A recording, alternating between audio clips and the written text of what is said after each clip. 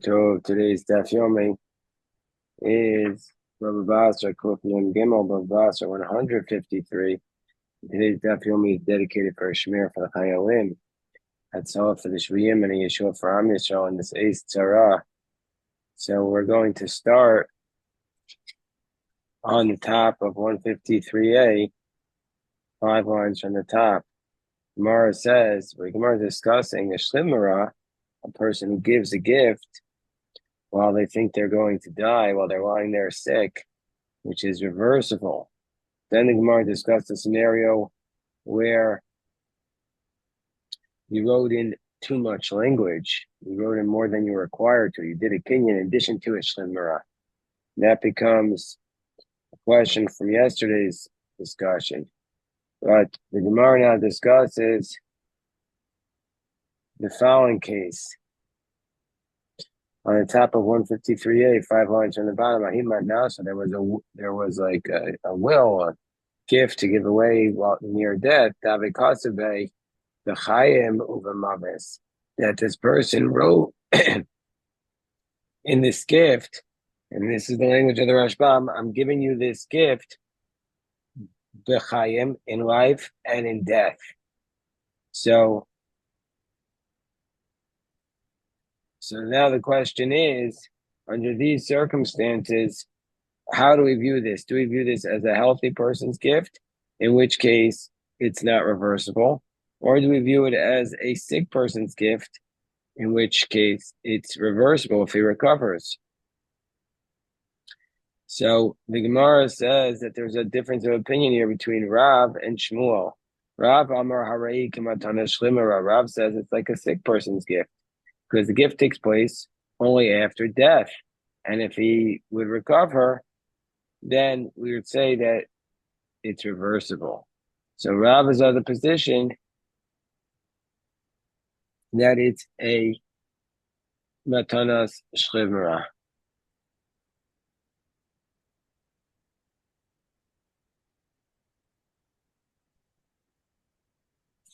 So therefore, that's what Rav says. Arehi k'matanas shlimara. Shmuel Amar Arehi k'matanas bari. Shmuel says no, it's like the gift of a healthy person.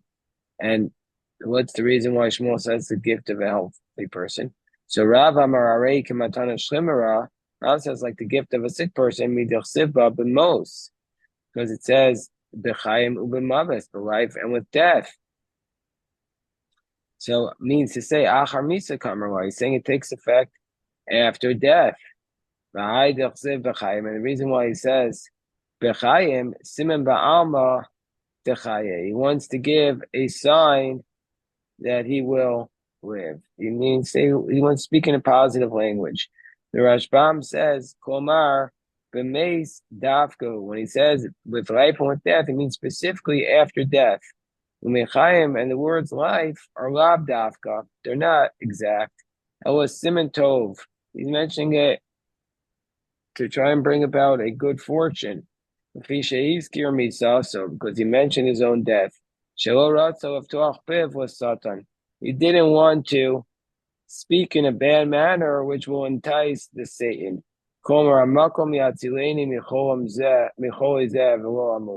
He says that may God save me from this illness and I will not die. And this is the idea of not speaking something bad into existence. We don't want to open the mouth for the Satan. So that's the position of Rav, that it really means it's a shliver, a gift, and it doesn't mean it to be a gift while he's alive. It only mentions life to be a good sign. We should always speak in a positive language. Shmuel Amar Harei Kimatanas Bari. Shmuel says no, it's like the gift of a healthy person, meaning to say it's not reversible. It's not a sick person's gift. It takes effect right away. And so Shmuel says Mechayim Ka'amar. Because it says with life, it means with life this gift takes effect.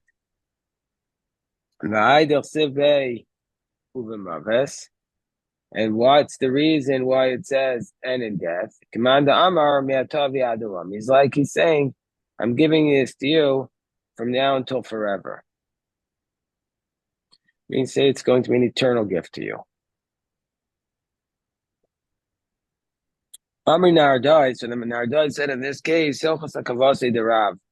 The law is like Rav, that it's a shlimmer, a gift, and takes place after death, and it's reversible. Amar Rava v'ksiva mechayim kana. So Rava says no. If he wrote from life, he's kona, meaning to say he's kona immediately. Meaning to say he paskins like Shmuel. So the Gemara says, Amar Meimer, kavasa de Rava. So our Meimer says the law is not like Rava because we paskin like Rav. Amar Rava shel Meimer pshita. The Amar Nardai hilchasaka de Rav. So didn't Nardai say the law is like Rav? So obviously we paskin like Rav. So why are you repeating that the law is like Rav and not like Rava? So he explains, no ma'al the tema mechayim modei Rav. You might have said that if he says mechayim as opposed to b'chayim, not opposed to in life, but from life, you might have thought that Rav would admit to Rav's position that in that case we pass him like Shmuel, that it's a matanas bari. Kamash Mulan. So we don't say that we always pass him like Rav. Now I have an interesting case. Oh, there also a kame. There Rav Nachman Nardai. There was a person who came before Rav Nachman to Nardai. So Shadra Kame Rav Yirmiyah bar Abba. Why did this person come before Rav Nachman to Nardai? Because it was written in the contract B'chaim Ubamavis. So he came to Rav Nachman to Nardai. So Rav Nachman sent him to Rav Yirmiyah bar Abba with Shum Tamya. He sent him to this place that was called Shum Tamya. Amar Hacha Asra de Shmuel. Heichi Navikavase de Rav. So obviously we're talking about a case that even though the law that even though that we're talking about a case where it says B'chaim Ubamavis, and in that case Rav says it's like a matanas of a shlimera, it's reversible. But his guy wanted to say it's like a matanas bari, like Shmuel, that it is that he wanted to say that it's reversible, but if it would be like Gev to Shmuel, then it would be irreversible. So he came to Rav Nachman of Nardai, so he sent him to Rabbi Yirmiyah Abba in Shum Tamya. So he said, well, here it's like Shmuel, we have to say it's a matanas bari. How can we rule like Rav in the place of Shmuel? And so therefore, this is an irreversible gift. In the place of that Rebbe, you can't rule like another Rebbe. So Ahida Alsai Kame de Rava. So there was a woman who came before Rava. So Rava ruled. Remember, Rava ruled like Shmuel. So how did Rava rule in this case? It should be matanas bari. So Avala Rava Kishmaite. So Rava ruled like his teaching. So he says, yeah, that's it. You lose it. The person who gave it to, it's a gift from life. It's irreversible. So Hava Katardoe, she wasn't happy with his ruling. So she was annoying him. She kept saying, you didn't adjudicate my case properly. You should have ruled like Rav. But Rava says, I can rule like Shmuel because this is the place where I'm the posek, and it's like the place where we rule like Shmuel. So Amarei, Rav Papa, Berei, Rav Hanan, Safrei. So Rava said to Rav Papa, the son of Rav Hanan. So Rava said to Rav Papa that who was the son of Rav Hanan, who was his sofer. Zil Kesova, go and write for this woman who keeps annoying me. You have to write for her the following. This way we'll get her out of my headache. Write for her the following phrase. Kozeba sochar aleyan omatan. So this was a siman that everybody would know that everything that's in the contract was in order just to trick her. Meaning to say, what did he write? This is a case that we had in Bamitzia, that if the workers quit in the middle of the day, you could promise them to come back.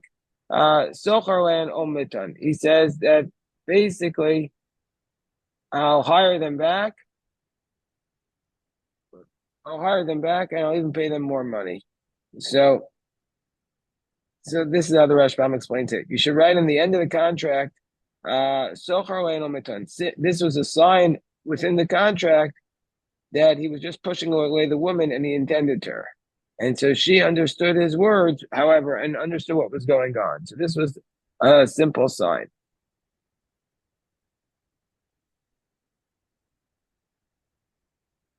that you're allowed to hire back the workers for the price and trick them. But she understood that this was a way of telling the other rabbis who would look at this contract that he would draw up that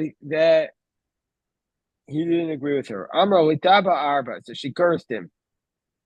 She said, let your ship sink. Ituuyek matisli, meaning to say, you think you can trick me? Shinu lemane de Rava b'maya. So the students took Rava's garments and they soaked them in water so that her curse will be fulfilled like very quickly. Because they have a concept, alti bracha kawa alti berachas ejot kawa beinecha. Don't take lightly the blessing of a non-distinguished person, undistinguished person. Also, don't take lightly the curse of an undistinguished person. So, and so even though she was not necessarily the most distinguished person, there was assumption that her curse was going to come true. So what happened was it didn't help. Soaking his clothes in the water didn't help. His boats sunk. He wasn't redeemed from that. He wasn't saved from that. So the Gemara, now the next Mishnah says, the bottom of 153a, says the Mishnah,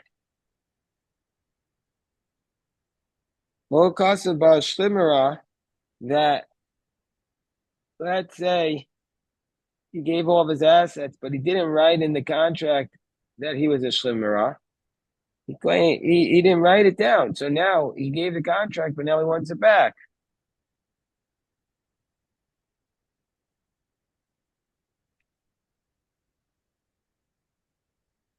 So who Omer, the person who gave the gift, claims shlimera yisi. I was a shlimera. They omrim bari yisa. And they say, no, you were healthy. Right now, he's healthy. The tzarcha aviraya shlimera achaya. Meir says, since right now he's healthy, the burden of proof is upon him to prove that he was sick. So he has to bring a proof that he was sick at that moment. The Chachamim say, no, the person who he gave it to doesn't yet have it in his possession. So he has to prove that he was healthy at that time.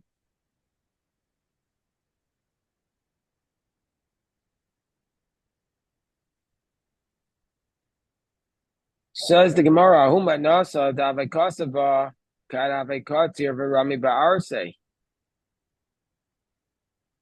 So there was this gift of a shlimera that was written in it. When he was sick and lying in his bed, he gave all of his assets to this person as a gift. But he didn't write in it, Umigu Mare Ipater Labeis Ome. He didn't write in it, and as a result of his illness, he died. So even though we know that the person died, we have a question whether or not after he gave this gift, he got better and the gift was canceled. And afterwards, he died from a different illness. Or maybe he died from this illness and the gift was valid. I mean to say he wrote in the contract, I'm giving this gift to you because I'm sick. But it doesn't say that he died. And then later on we died. So we don't know if the gift was reversed because he recovered from this illness or he died from this illness. And so therefore the gift is valid. So how do we view it in this case? On top of 153b, Amarabba, Are Mace. But we know he's dead, says Rabbah. We see him dead. Are Kovro, Mochiachalav. He's dead in the grave. It proves he died. Abaya Hashta. Abaya rejects this. Basically, Rabbah is saying, since he's dead now, we assume that the last word of the contract is what took place. And therefore, the gift person is in the chazaka of it. and the other person who wants to take it away from him has to bring a proof. Abai says, "Hashem masfina sheruban laabed nos noem chumrei chaim chumrei mesim." So Abai says, just like a ship, that majority of them sink, and we place upon it the stringencies of life and the stringencies of death. Means is the case where a woman's, we're talking about a case where a person is on a ship and it sinks, and most of the people there are going to die.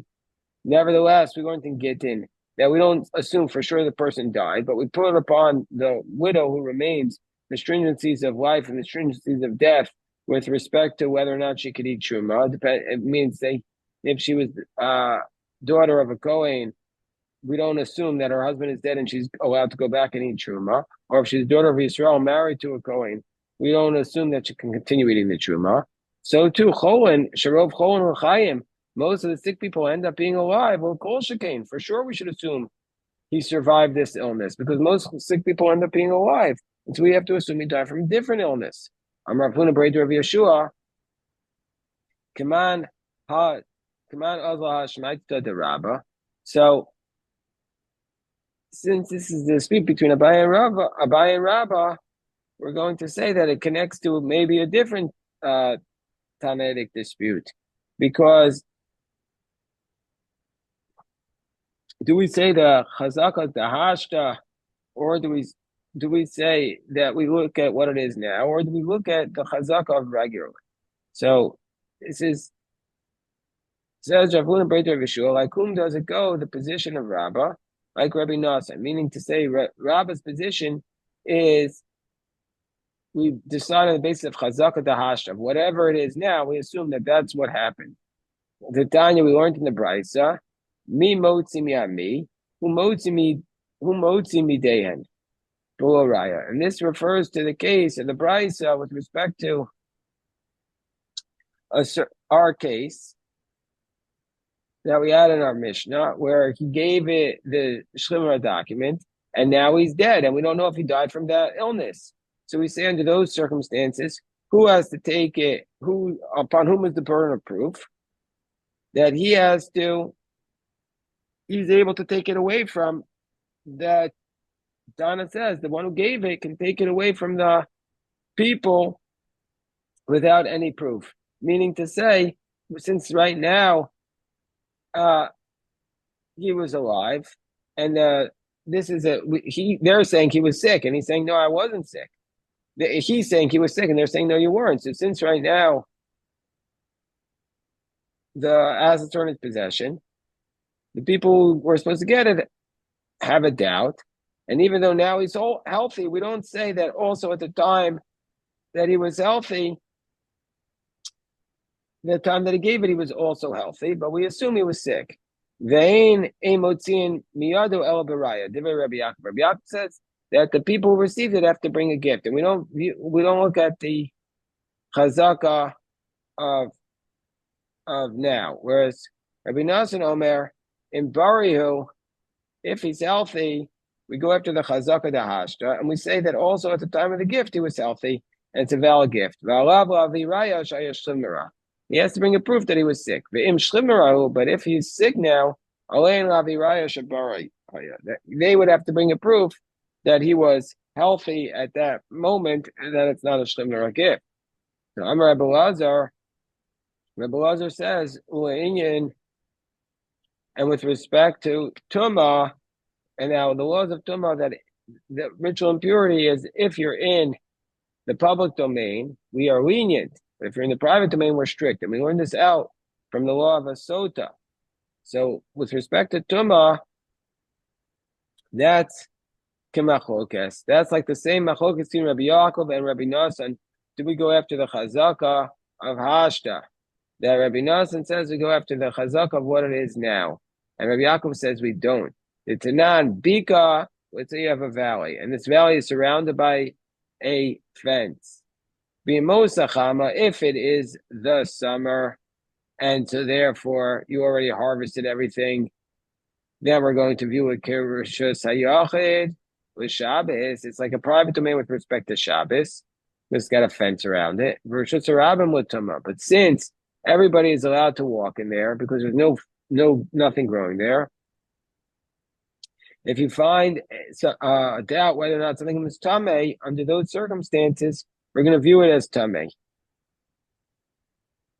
And so, because they allow everybody to walk there, it will be most like a shaman. But if it's the winter, we're just and there's crops growing there, we're just we're going to say it's the private domain with respect to Tumah because nobody's allowed to walk in there. So therefore, this machokas of Rabbi Yaakov and Rabbi Nasson will be also in this case about a person who entered into the valley, and we're not sure if it's tummy or not. He doesn't know when he entered in. So according to Rabbi Nassan, we follow after the chazaka of now, whatever it is right now. And so therefore, if he asks in the summer, we'll assume it is public domain, and so therefore it'll be tar. And if it was in the winter, we'll say it's tummy. According to Rabbi Yaakov, the chazaka of now is not relevant. If there's a different chazaka, and so since he has a chazaka of tahara, we follow the general principle of his chazaka of purity. And so therefore, it doesn't matter, even if he has in the winter, since right now he was star, we'll say he's star. And Amarava lo shanu ella shelo avru ala yimos kisham. That's only where it didn't go through a rainy season. Avru alayim yimos kisham. But if you one time passed through the rainy season, when it since at that time it was like a private domain, it's always going to be considered private domain, even in the winter, even in the summer, and so therefore always be considered like a private domain. Okay, we'll stop here. This is today's daf for Big Shkoyach. To everybody, beautiful daf.